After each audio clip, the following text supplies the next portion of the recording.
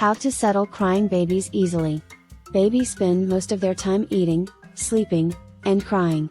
Often, it's not possible to settle a crying baby. Here are the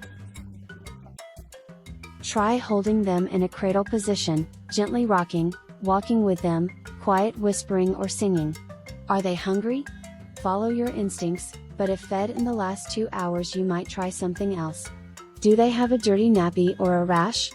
For rashes, rinse with clean water, pat dry and use a barrier cream. Do they need a burp?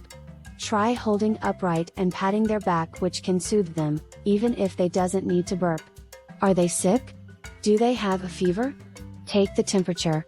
Talk to your doctor if you have any doubts.